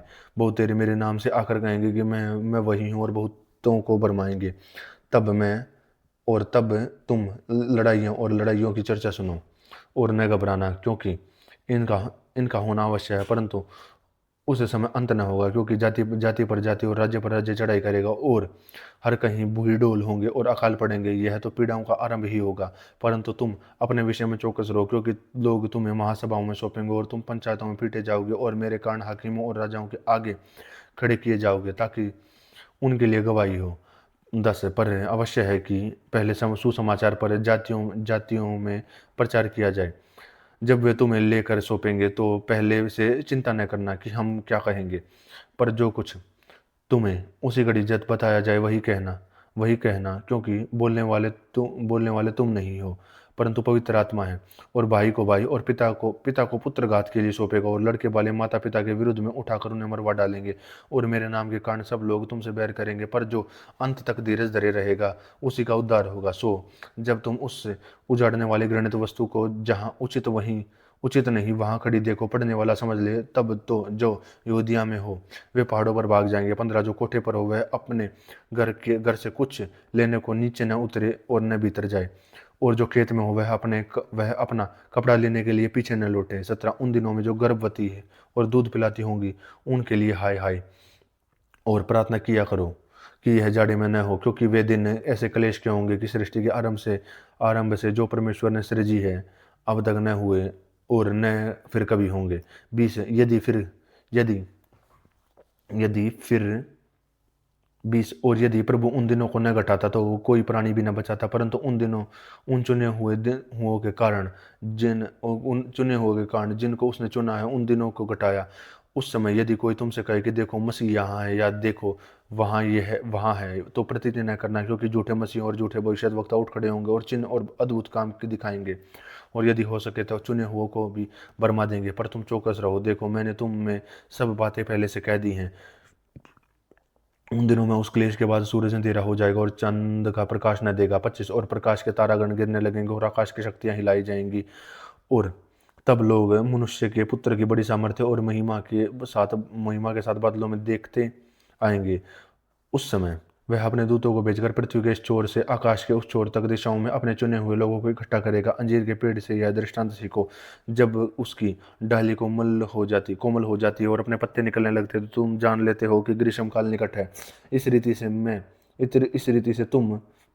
इस रीति से जब तुम इन बातों को होते देखो, तो जान लो कि वह निकट है, वरन द्वार पर ही है। 30 में मैं तुमसे सच कहता हूँ कि जब तक ये बातें न हो लेंगी, तब तक यह पीढ़ी जाती न रहेगी। आकाश और पृथ्वी टल जाएंगे, परंतु मेरी बातें कभी न टलेंगी। उस दिन या उस घड़ी के विषय में कोई नहीं जानता, न स्वर्ग के दूत और न पुत्र, केवल पिता। देखो जागते और प्रार्थना करते रहो, क्योंकि तुम नहीं जानते कि वह समय कब आएगा।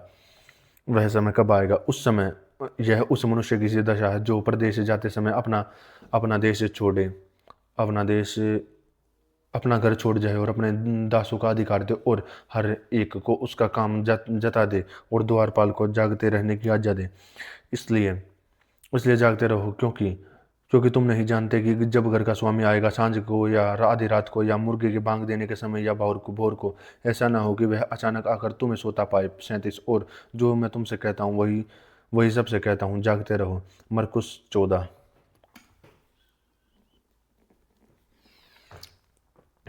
14:1।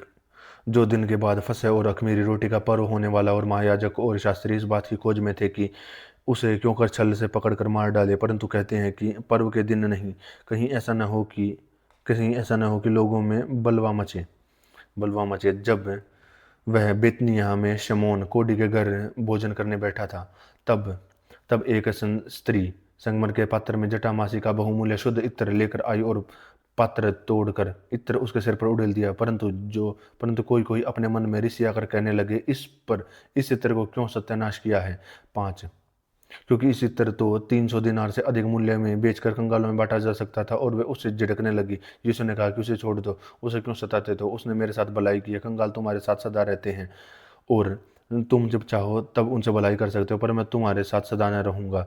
जो कुछ वह कर सकी, उसने उससे कहा कि मेरे गाड़े जाने की तैयारी मेरे से पहले मेरे देह पर इत्र मला है। गाड़ी जाने से पहले इत्र मला है, इत्र मला है। 9, मैं सच में तुमसे कहता हूँ कि सारे जगत में जहाँ कहीं सुसमाचार प्रचार किया जाएगा, वहाँ इसके काम की चर्चा उसके स्मरण में की जाएगी। तब यहूदा इस किरियोती जो 12 में था यहाँ याजकों के पास गया कि उसे उनके हाथ पकड़वा दो। वे यह सुनकर आनंदित हुए और उसको रुपया देना स्वीकार किया और यह अवसर ढूंढने लगे कि उसे किस पीढ़ी पकड़वा दे। अख़मीरी रोटी के पर्व के पहले दिन, जिसमें वे फसह का बलिदान करते थे, उसके चेलों ने उससे पूछा कि तू कहाँ कहाँ चाहता है कि हम जाकर तेरे लिए फसह खाने की तैयारी करें। उसने अपने चेलों में से 2 को यह कहकर भेजा कि नगर में जाओ और एक मनुष्य जल का घड़ा उठाए हुए तुम्हें मिलेगा और उसके पीछे हो लेना। और वह जिस घर में जाए उस घर के स्वामी से कहना कि गुरु कहता है कि मेरी पहुअनशाला पहुअन पाहुनशाला, जिसमें अपने चेलों के साथ फसह खाऊं कहाँ रहूं, कहाँ है। 15, वह तुम्हें एक सजाई और तैयार की हुई बड़ी अटारी दिखा देगा और वहां हमारे लिए तैयारी करो। सो चेले निकल कर नगर में आए और जैसा उसने कहा था कि वैसा ही पाया और फसह तैयार किया। तब सांझ हुई, वो 12 के साथ आया। और जब वे बैठे भोजन कर रहे थे तो यीशु ने कहा कि मैं तुमसे सच सच कहता हूँ, तुम में से एक जो मेरे साथ भोजन कर रहा है मुझे पकड़वाएगा। उन पर उदासी छाएगी और वे एक एक करके उससे कहने लगे, क्या वह मैं हूँ। 20, उसने उसने उनसे कहा कि वह 12 में से है जो मेरे साथ थाली में हाथ डालता है, क्योंकि मनुष्य का पुत्र तो है जिसके विषय में लिखा जाता है। परंतु उस मनुष्य पर हाय जिसके द्वारा मनुष्य का पुत्र पकड़वाया जाता है।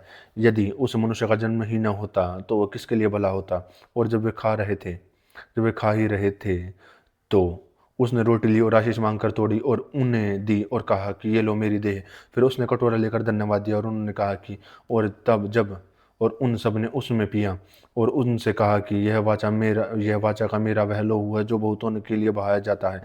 25, मैं तुमसे सच कहता हूँ कि दाख का रस उस दिन तक फिर कभी न पीऊँगा जब तक परमेश्वर के राज्य में नया न पीऊँ। फिर वे भजन गाकर बाहर जैतून के पहाड़ पर गए। तब यीशु ने उनसे कहा कि तुम सब ठोकर खाओगे, क्योंकि लिखा है कि मैं रखवालों को मारूंगा और भेड़ तितर बितर हो जाएंगी। परंतु मैं अपने जी उठने के बाद तुमसे पहले गलील को जाऊंगा। पतरस ने उनसे कहा कि यदि सब ठोकर खाएं तो खाएं, पर मैं ठोकर नहीं खाऊंगा। 30, यीशु ने उससे कहा कि मैं तुझसे सच कहता हूँ कि आज ही इसी रात मुर्गे के 2 बार बांग देने से पहले तू 3 बार मुझसे मुकर जाएगा। पर उसने और भी जोर देकर कहा कि यदि मुझे तेरे साथ मरना भी पड़े तो भी तेरा इनकार कभी न करूंगा। इस प्रकार और सब ने कहा। फिर वे गतसमने नाम एक जगह में आए और उसने अपने चेलों से कहा कि यहाँ बैठे रहो जब तक मैं प्रार्थना करूं। वह पतरस और याकूब और यूहन्ना को अपने साथ ले आया और बहुत ही अधीर और व्याकुल होने लगा और उनसे कहा कि मेरा मन बहुत उदास है, यहाँ तक कि मैं मरने पर हूँ। तुम यहाँ ठहरो और जागते रहो। 35, और वह थोड़ा आगे बढ़ा और भूमि पर गिरकर प्रार्थना करने लगा कि यदि हो सके तो यह घड़ी मुझ पर से टल जाए। और कहा कि हे अब्बा, हे पिता, तुझसे सब कुछ हो सकता है। इस कटोरे को मेरे पास से हटा ले, तो भी मैं तुझ में जैसा मैं चाहता हूँ वैसा नहीं है, पर तू चाहता है वही हो। फिर वह वहाँ आया और उन्हें सोता पाकर पतरस से कहा कि हे शमौन, तू सो रहा है, क्या तू एक घड़ी भी न जाग सका। जागते और प्रार्थना करते रहो कि तुम परीक्षा में न पड़ो। आत्मा तो तैयार है पर शरीर दुर्बल है। और वह फिर चला गया और वही बात कहकर प्रार्थना की। 40, और फिर आकर उन्हें सोते पाया, क्योंकि उनकी आंखें नींद से भरी थी और नहीं जानते थे कि उसे क्या उत्तर दें। तीसरी बार आकर उससे कहा कि अब सोते रहो और विश्राम करो जब तक बस घड़ी आ पहुंची है, देखो मनुष्यों का पुत्र पापियों के हाथ पकड़वाया जाता है, उठो चले, देखो मेरा पकड़वाने वाला निकट आ पहुंचा है। वह यह कह ही रहा था कि यहूदा जो 12 नगरों में था अपने अपने साथ महायाजकों और शास्त्रियों और पुरानियों की ओर से एक बड़ी भीड़ और तलवारें और लाठियां लिए हुए तुरंत आ पहुंची, और उसके पकड़ने वालों ने उन्हें यह पता दिया कि जिसको मैं चूमूं वही है, और उसे पकड़कर यतन से ले आना। 45 और वह आया और तुरंत उसे पकड़कर तुरंत उसके पास जाकर हे रब्बी और उसको बहुत चूमा। तब उन्होंने उस पर हाथ डालकर उसे पकड़ लिया। उनमें से जो उसके पास खड़े थे वो एक ने तलवार खींचकर महायाजक के दास पर चलाई और उसका कान उड़ा दिया। यीशु ने उनसे कहा कि क्या तुम डाकू जानकर मेरे पकड़ने के लिए तलवारें और लाठियां लेकर निकले हो? मैंने तो हर दिन मंदिर में तुम्हारे साथ रहकर उपदेश किया करता था, और तब तुमने मुझे न पकड़ा, परंतु इसलिए ये हुआ कि यह पवित्र शास्त्र की बातें पूरी हों। 50 इस पर सब चेले उसे छोड़कर भाग गए, और एक जवान अपनी नंगी देह पर चादर ओढ़े हुए उसके पीछे हो लिया, और लोगों ने उसे पकड़ा। वह चादर छोड़कर नंगा भाग गया। फिर वे यीशु को महायाजक के पास ले गए, और सब महायाजक और पुरानिया और शास्त्री उसके यहाँ इकट्ठे हो गए। पतरस दूर से उसके पीछे पीछे महायाजक के आंगन के भीतर रुक गए और प्यादों के साथ बैठकर अपन आग तापने लगा। 55 महायाजक और सारी महासभा यीशु को मार डालने के लिए उसके विरोध में गवाही की खोज में थे, पर न मिली, क्योंकि बहुतेरे उसके विरोध में झूठी गवाही दे रहे थे, पर उनकी गवाही एक सी न थी। तब कितनों ने उठकर उस पर एक झूठी गवाही दी कि हमने इससे यह कहते सुना है कि मैं इस हाथ से बनाए हुए मंदिर को ढा दूंगा और 3 दिन में दूसरा बनाऊंगा, सो जो हाथ से न बना हो। इस पर भी उनकी गवाही एक सी न मिली। 60 तब महायाजक ने बीच में से खड़े होकर यीशु से पूछा कि तू कोई उत्तर नहीं देता? ये लोग तेरे विरुद्ध में गवाही देते हैं। परंतु वह मौन साधे रहा और कुछ उत्तर न दिया। महायाजक ने फिर उससे पूछा कि क्या तू उस परम धन्य का पुत्र मसीह है? यीशु ने कहा कि हाँ मैं हूँ, और तुम मनुष्य के पुत्र को सर्वशक्तिमान की दाहिनी ओर बैठे और आकाश के बादलों के साथ आते देखोगे। तब महायाजकों ने अपने वस्त्र फाड़कर कहा कि अब हमें गवाहों का और क्या प्रयोजन है? हमने यह निंदा सुनी है, तुम्हारी क्या राय है? उन सब ने कहा कि यह वध के योग्य है। 65 तब कोई तो उस पर थूकने और कोई उसका मुंह ढांपने और कोई उसे घूंसे मारने और कोई उससे कहने लगा कि भविष्यवाणी करो, और अपने प्यादों ने उसे थप्पड़ मारे। तब पतरस नीचे आंगन में था, और तो महायाजक की लोंडियों में से वहां आई और पतरस को आग आग तापते देखकर उस पर टकटकी लगाकर देखा कि कहने लगी कि तू भी तो उस नसारी यीशु के साथ था। वह मुकर गया और कहा कि मैं नहीं जानता और नहीं समझता कि तू क्या कर रही हो। फिर वह बाहर ड्योढ़ी में गया और मुर्गे ने बांग दी।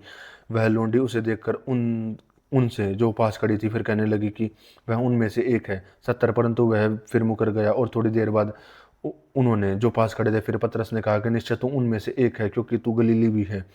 तब वह धिक्कारने के योग्य और शपथ खाने लगा कि मैं मनुष्य को जिसकी तुम चर्चा करते हो नहीं जानता, बेहतर तुम।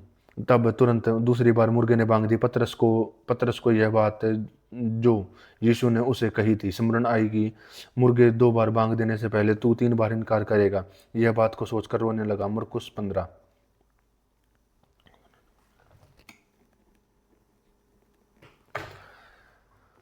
मरकुस 15 एक और भोर होते ही महायाजकों, पुरानियों और शास्त्रियों ने वरन महासभा ने सलाह करके यीशु को बंधवाया और उसे ले जाकर पिलातुस के हाथ में सौंप दिया। और पिलातुस ने उससे पूछा कि क्या तू यहूदियों का राजा है? उसने उत्तर दिया कि तू आप ही कह रहा है। और महायाजक उस पर बहुत बातों का दोष लगा रहे थे। पिलातुस ने उससे फिर पूछा कि क्या तू कुछ उत्तर नहीं देता? देख तुझ पर कितनी बातों का दोष लगते हैं। 5 यीशु ने फिर कुछ उत्तर नहीं दिया, यहाँ तक कि पिलातुस को बड़ा आश्चर्य हुआ, और वह उस पर्व में किसी एक बंधुए को जिसे वे चाहते थे उनके लिए छोड़ दिया करता था। और बरअब्बा नाम का एक मनुष्य उन बलवाइयों के साथ बंद हुआ था जिन्होंने बलवे में हत्या की थी। और भीड़ ऊपर जाकर उससे विनती करने लगी कि जैसा तू हमारे लिए करता आया है वैसा ही कर। पिलातुस ने उनको यह उत्तर दिया कि क्या तुम चाहते हो कि मैं तुम्हारे लिए यहूदियों के राज्य को छोड़ दूं? 10 क्योंकि वह जानता था कि महायाजकों ने उससे डाह से पकड़वाया था, परंतु महायाजकों ने लोगों को उबारा कि वह बरअब्बा ही को उनके लिए छोड़ दे। यह सुन पिलातुस ने उनसे फिर पूछा, तो जिसे तुम यहूदियों का राजा कहते हो उसको उसको मैं क्या करूं? वे फिर चिल्लाए कि उसे क्रूस पर चढ़ा दे। पिलातुस ने उनसे कहा कि क्यों? इसने क्या बुराई की है? परंतु वे और भी चिल्लाए कि उसे क्रूस पर चढ़ा दो। 15 तक पिलातुस ने उसे भीड़ को प्रसन्न करने की इच्छा से बरअब्बा को उनके लिए छोड़ दिया और यीशु को कोड़े लगवाकर सौंप दिया कि क्रूस पर चढ़ाया जाएगा। और सिपाही उसे किले के भीतर आंगन में ले गए, जो प्रो प्रीटोरियन कहलाता था, और सारी पलटन को उसे बुला लाया। और उन्होंने उसे बैंजनी वस्त्र पहना और कांटों का मुकुट गूंथ कर उसके सिर पर रखा, और यह कहकर उसको नमस्कार करने लगे कि यहूदियों के राजा को नमस्कार। और वे उसके सिर पर सरकंडे मारते और उस पर थूकते और घुटने टेक कर उसे प्रणाम करते रहे। 20 जब वे उसका टट्टा कर चुके तो उस पर से बैंजनी वस्त्र उतार कर उससे उसी के कपड़े पहनाए और उस पर और तब उसे क्रूस पर चढ़ाने के लिए बार बाहर ले गए। और सिकंदर और रूफुस का पिता शमौन नाम का एक कुरेनी मनुष्य था, जो गांव से आ रहा था, तो उधर से निकला और उन्होंने उसे बेगार में पकड़ा, उसका क्रूस उठा ले चले। और वे उसे गुलगुता नाम जगह पर, जिसका अर्थ खोपड़ी की जगह है, लाए और उसे मुर्र मिला हुआ दाखरस देने लगे, परंतु उसने नहीं लिया। तब उन्होंने उसको क्रूस पर चढ़ाया और उसके कपड़ों पर चिट्ठियां डालकर कि किसी को क्या मिला उन्हें बांट लिया। 25 और दिन पहर चढ़ गया था तब जब उन्होंने क्रूस पर चढ़ाया। 26 और उसका दोष पत्र लिखकर उसके ऊपर लगा दिया। और यहूदियों का राजा और उन्होंने उसके साथ 2 डाकू और एक उसकी दाहिनी और एक उसकी बाईं ओर क्रूस पर चढ़ाए। तब धर्मशास्त्र का यह वचन कि वह अपराधियों के संग गिना गया पूरा हुआ। और मार्ग में जाने वाले सिर हिला हिलाकर और यह कहकर उसकी निंदा करते थे कि वह मंदिर के डालने वाले और 3 दिन में बनाने वाले क्रूस पर से उतर कर अपने आप को बचा लेते। इसी रीति से महायाजक भी शास्त्रियों समेत आपस में ठट्ठा करते थे। और इसने औरों को बचाया और अपने आप को नहीं बचा सकता। इज़राइल का राजा मसीह अब क्रूस पर से उतर कर आए कि हम देखकर विश्वास करें। और जो उसके साथ क्रूसों पर चढ़ाए गए थे वे भी उसकी निंदा करते थे। और दोपहर होने पर सारे देश में अंधियारा छा गया और तीसरे पहर तक रहा। तीसरे पहर यीशु ने बड़े शब्द से पुकार कर कहा, इलोई इलोई लामा शबक्तनी, जिसका अर्थ यह है कि हे मेरे परमेश्वर तूने मुझे क्यों छोड़ दिया है। 35 जो पास खड़े थे उनमें से कितनों ने यह सुनकर देखा कि एलिया को पुकारता है, और ये एक ने दौड़कर स्पंज को सिरके में डुबोया और सरकंडे पर रखकर उसे चुसाया, और यह कहा कि ठहर जाओ, देखें कि एलिया उसे उतारने के लिए आता है कि नहीं। तब यीशु ने बड़े शब्द से चिल्लाकर प्राण छोड़ दिए, और मंदिर का एक पर्दा उस पर से नीचे तक फटकर 2 टुकड़े हो गया। जो सूबेदार उसके सामने खड़ा था तब उसे यूं चिल्लाकर प्राण छोड़ते हुए देखा तो उसने कहा कि सचमुच यह समाचार मनुष्य का पुत्र था। 40 कई स्त्रियां भी दूर से देख रही थी, उनमें मरियम मगदलिनी और छोटे याकूब की और योसेस की माता मरियम और शलोमी थी। 41 तब वह गलील में था तो ये उसके पीछे हो लेती थी और उसकी सेवा टहल करती थी। और बहुत सी स्त्रियां थी उसके साथ यरूशलेम में आई थी जब संध्या हो गई थी, तो इसलिए कि तैयारी का दिन था। तो सबत एक दिन पहले होता था। अरिमतिया का रहने वाला यूसुफ आया, जो प्रतिष्ठित मंत्री और आप भी परमेश्वर के राज्य की बाट जोता था। वह हियाव करके पिलालुस के पास गया और यीशु की लौट मांगी। पिलालुस ने आश्चर्य किया, वह वह इतना शीघ्र मर गया, और सूबेदार को बुलाकर पूछा कि क्या उसको मरे हुए देर हुई है। 45 जब सूबेदार ने के हाल जान लिया तो लौथ यूसुफ को दिला दी। तब उसने एक पतली चादर मोल ली और लौथ को उतारकर उस चादर में लपेटा और एक कब्र में जो चट्टान में खोदी गई थी रखा, और कब्र के द्वार पर एक पत्थर लुढ़का दिया। और मरियम मगदलीनी और योसेस की माता मरियम देख रही थी कि वह कहाँ रखा गया है। मरकुस 16।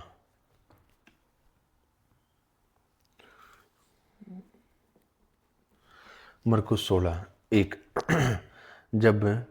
जब सारा दिन बीत गया तो मरियम मगदलीनी और याकूब की माता मरियम और शलोमी ने सुगंधित वस्त्रें मोल ली कि आकर उस पर मले।